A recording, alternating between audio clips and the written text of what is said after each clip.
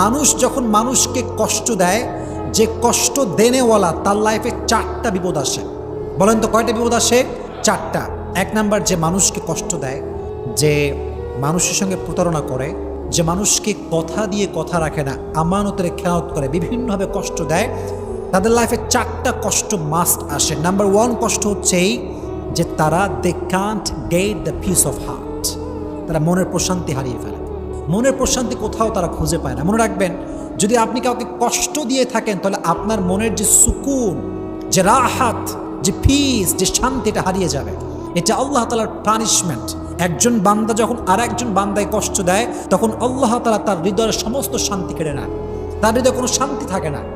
এখন আপনি বলবেন যে হুজুর, কত মানুষ আমারে কষ্ট দিল, ওদেরকে দেখি ডাটসে ঘুরে বেড়ায়, কোনো অশান্তি নাই, টাকা পয়সা, গাড়ি বাড়ি, বউ, কোনো কিছুর অভাব নাই, ডাটসে ঘুরতেছে, তাহলে আপনার কথার ব্যাখ্যাটা কি দাঁড়াবে? প্রিয় ভাইরা, বাহ্যিক সুখটা আসল সুখ না, ভেতরের সুখটা হচ্ছে আসল সুখ। কথা বলেন ঠিক কিনা? আসল সুখ হচ্ছে ভেতরের সুখ। পিস অফ হার্ট যার নাই, পিস অফ মাইন্ড যার নাই, তার পুরো পৃথিবী থাকলেও তার কোনো কিছু নাই। That means if you have the peace of heart, then you have everything, and if you do not have the peace of heart, then you have nothing. মনের প্রশান্তি যার নাই, তার কিছু নাই রে ভাই। এটা মারাত্মক বড় জিনিস। এজন্য যারা মানুষকে কষ্ট দেয়, তাদের মনের প্রশান্তিটা হারিয়ে যায়। কাউকে কষ্ট দেবেন না। আমি সবাইকে হাত জোর করে অনুরোধ করছি, আমাকে শুনছেন, পর্দার আড়াল থেকে যে মায়েরা বোনেরা শুনছেন, সবার কাছে দুটো হাত জোর করে বলছি, কখনো কাউকে কষ্ট দিবেন না।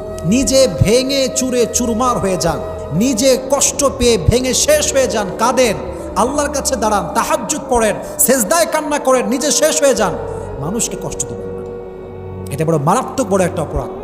এটা আমরা ফিল করি না, আমাদের ভেতরে রিয়েলাইজেশনটা নাই, মনের প্রশান্তি হারিয়ে ফেলবে। খবরদার, বিয়ালাত, মানুষকে কষ্ট দেবেন। 1 নাম্বার। 2 নাম্বার যে বিপদ আছে সেটা হচ্ছে যারা মানুষকে কষ্ট দেয়, তারা তাদের লাইফ থেকে অনেক দামি একটা জিনিস হারায় ফেলে। এটা আমি আমার রিয়েল এক্সপিরিয়েন্স থেকে বলছি, দেখে বলছি, বুঝে বলছি। যারা মানুষকে কষ্ট দেয়, তারা তাদের লাইফের সবচাইতে মূল্যবান জিনিসটা একটা সার্টেন পিরিয়ড সে হারিয়ে ফেলে, হারায় যায়, বুঝেও না, মানুষ টেরই পায় না, আল্লাহ কেড়ে নেয়। এটা করবেন না। যদি নিজের ফেভারিট জিনিস হারাতে না চান, প্রিয় জিনিস যদি হারাতে না চান, মানুষকে কষ্ট দেবেন না। এটা খুব খারাপ, এটা খুব মারাত্মক জঘন্যতম অপরাধ।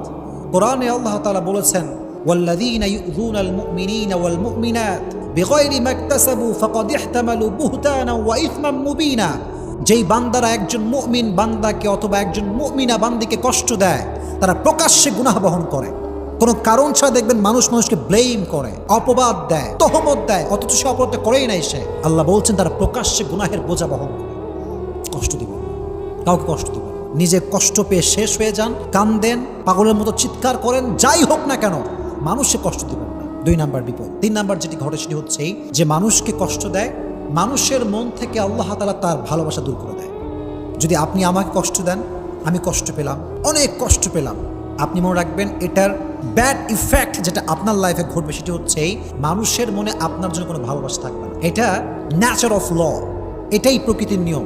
আপনি দেখবেন যারা সমাজে মানুষকে গালি দেয়, রুড বিহেভ করে, এদের থেকে মানুষ অলওয়েজ ডিস্টেন্স মেনটেন করে চলে। ওদের কাছেও মানুষ জানে, কারণ কি জানেন? আল্লাহর ধরা সবচেয়ে বড় ধরা।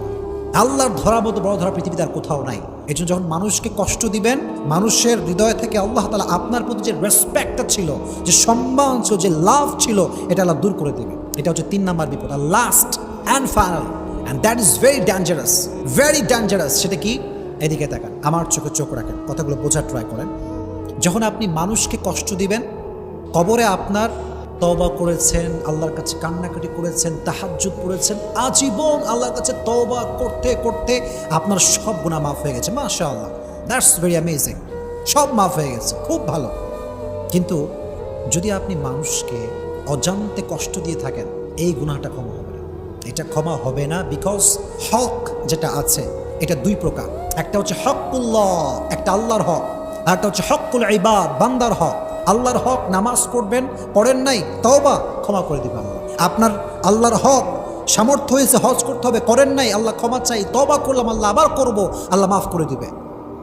এটা ক্ষমা হতে পারে, বিকজ আর রহমান আর Rahim, he is the most merciful, the most gracious, the most kindful, সবচেয়ে দয়াময়, সবচাইতে মায়াময় একজন, জবান খুলে বলেন তিনি কে? আল্লাহ হচ্ছেন সবচাইতে মায়াময়, এটা ক্ষমা হতে পারে। বাট হকুল ইবাদ, বান্দার হক, বান্দা ক্ষমা না করলে ক্ষমা হয় না। It's very dangerous. This forgiveness depends on the person hmm he has offended. আপনি যাকে কষ্ট দিয়েছেন, যেই ব্যক্তি যাকে কষ্ট দিয়েছে, এটার ক্ষমা এক্স্যাক্টলি ওই ব্যক্তির উপর নির্ভর করে যাকে সে কষ্ট দিয়েছে। সে যতক্ষণ পর্যন্ত ক্ষমা না করবে ততক্ষণ পর্যন্ত ক্ষমা হবে না। এই জন্য প্রিয় ভাইরা, যারা মানুষকে কষ্ট দেয়, যারা মানুষের সঙ্গে প্রতারণা করে, যারা মানুষের সঙ্গে কথা দিয়ে কথা রাখে না, এদের ক্ষমাটা আটকে যায়। কবরের সব গুনাহ মাফ হয়ে গেলেও এই কষ্ট দেওয়ার গুনাহটা মাফ হয় না, যতক্ষণ পর্যন্ত যাকে সে কষ্ট দিয়েছে সে যতক্ষণ পর্যন্ত মাফ না করে ততক্ষণ পর্যন্ত এই বান্দার ক্ষমাটা আটকে যায়। জোরে বলেন নাউজুবিল্লাহ।